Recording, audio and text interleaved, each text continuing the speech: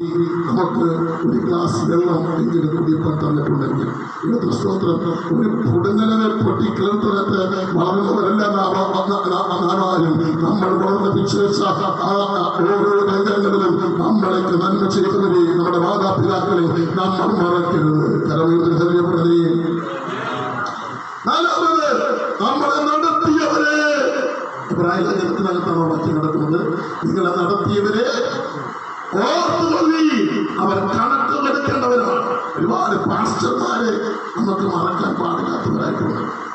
ഇന്നത്തെ സ്തോത്രം നമ്മുടെ ക്രിസ്ത്യ ജീവിതത്തിന് അനുഗ്രഹമായി സുരക്ഷിതത്വത്തിനായി നമ്മുടെ വഴിയാത്രയിൽ നാം പട്ടുപോകാതിരിക്കേണ്ടതിന്, ഒരു അനർത്ഥം നമുക്ക് സംഭവിക്കാതിരിക്കേണ്ടതിന് ഇടിവിടുന്ന് പക്ഷപാതം കഴിച്ച് ഉപവസിച്ച് പ്രാർത്ഥിച്ച് നമുക്ക് ആത്മീക പ്രബോധനങ്ങൾ കർത്താവിൽ നിന്ന് പ്രാപിച്ച് നമ്മെ ആത്മീയത്തിൽ പുതുക്കത്തോടെ നിർത്തുവാൻ ദൈവസ്ഥാനപ്പിക്കൽ ഇടിവിടുന്ന അഭിഷക്തന്മാരെ നമ്മൾ മറക്കരുത്.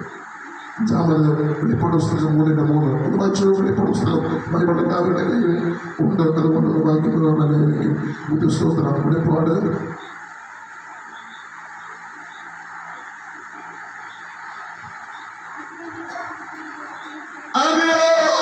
പ്രാപിക്കുകയും കേൾക്കുകയും ചെയ്ത് എങ്ങനെയൊന്ന് ഓർത്ത്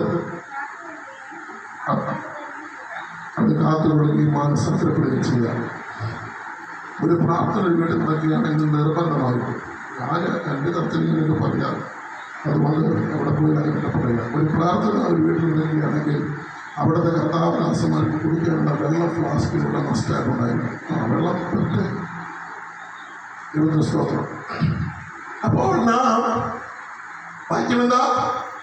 പ്രാപിക്കുകയും കേൾക്കുകയും ചെയ്തത് പറഞ്ഞ ഇത് പറയുന്നതിനകത്ത് നമുക്ക് ആർക്കും എന്താ പറയുക വിമ്മിഷ്ടം വേണ്ട.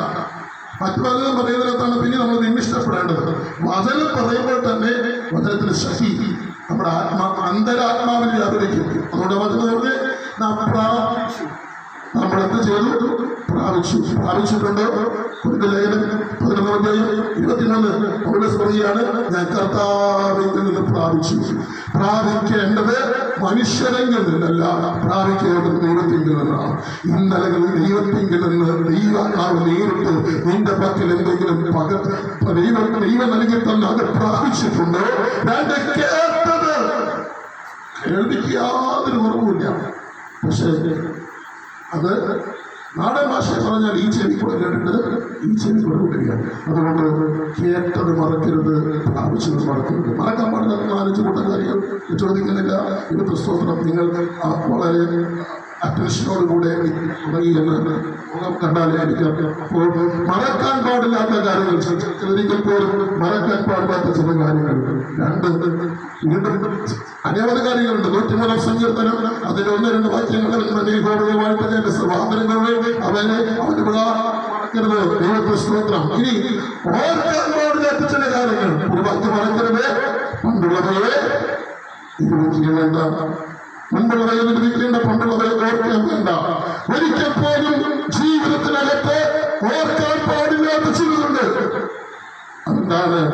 ഫിലിപ്പിലേഖനം 3-ാം അധ്യായത്തിൽ പറയുകയാണ്.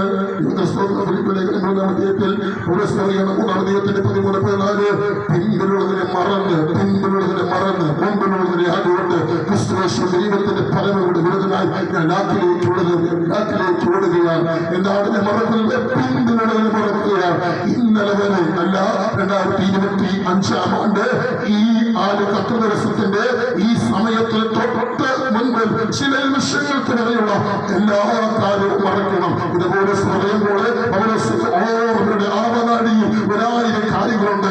കഷ്ടതയുണ്ട്, പട്ടണയുണ്ട്, വിടലുമുണ്ട്, നിന്നയുണ്ട്, എന്തിനേറെ കള്ള സഹോദരന്മാരാപത്ത്, പലരുടെ അടിക്കലവേ പലരുമാകുന്ന വെല്ലുവിളികളും പ്രയാസസ്ഥിതികളും എല്ലാം തനിക്കലവെ ചെയ്തു. എന്നാൽ പൗലോസ് പറയുകയാണ്, അതെല്ലാം ഞാൻ ഓർത്തിരിക്കുകയാണെങ്കിൽ എനിക്ക് മുൻപിലേക്ക് കുതിക്കുവാൻ കഴിയത്തില്ല.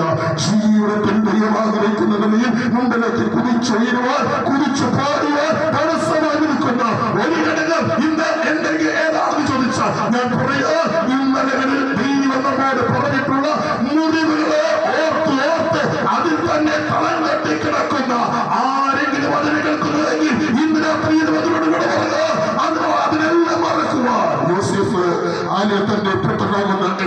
മനസ്സ് രണ്ട് മക്കളെ അരികിൽ പിടിച്ചു. എന്റെ സങ്കടകാലഘട്ടത്തിൽ ദൈവം എന്നെ സന്ദർശിച്ചിരിക്കുന്നു. 40-41 എന്റെ സങ്കടകാലഘട്ടത്തിൽ ദൈവം എന്നെ സന്ദർശിച്ചിരിക്കുന്നത് പറഞ്ഞ് അവന്റെ മനസ്സ് മറക്കുമാറാക്കി. നമ്മള് ഈ ആണ്ട് വരെ പ്രസംഗിച്ചുകൊണ്ടിരിക്കുക. എന്ത്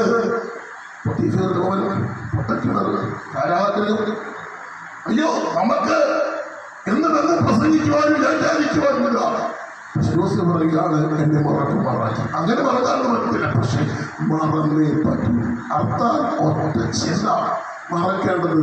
ഇന്നലകളിൽ ആരെങ്കിലും നിന്നെ മുഴുവനിപ്പിച്ചിട്ടുണ്ടെങ്കിൽ അതിനോട് ഇന്ന് കൂട്ടുവായി പറയുവാൻ നിനക്ക് കൃപയുണ്ടെങ്കിൽ ഈ ജീവിതത്തിനകത്ത് അടുത്ത തലത്തിലേക്ക് ദൈവം നിന്നെ കൊണ്ടുപോകും. ജീവിതയാത്രയിൽ നമ്മെ പലരും വേദനിപ്പിച്ചിട്ടുണ്ട്, നമ്മെ പലരും നോമ്പരപ്പെടുത്തിയിട്ടുണ്ട്. എന്നാൽ അതൊന്നും ഓർത്ത് ജീവിതം മുമ്പോട്ട് തള്ളുവാൻ വിളിക്കപ്പെട്ടവരല്ല, മറിച്ച് ദൈവത്തിന്റെ സ്തോത്രം അതിനെല്ലാം മറക്കുവാൻ കർത്താവ് നമ്മെ സഹായിക്കുമാറാകട്ടെ.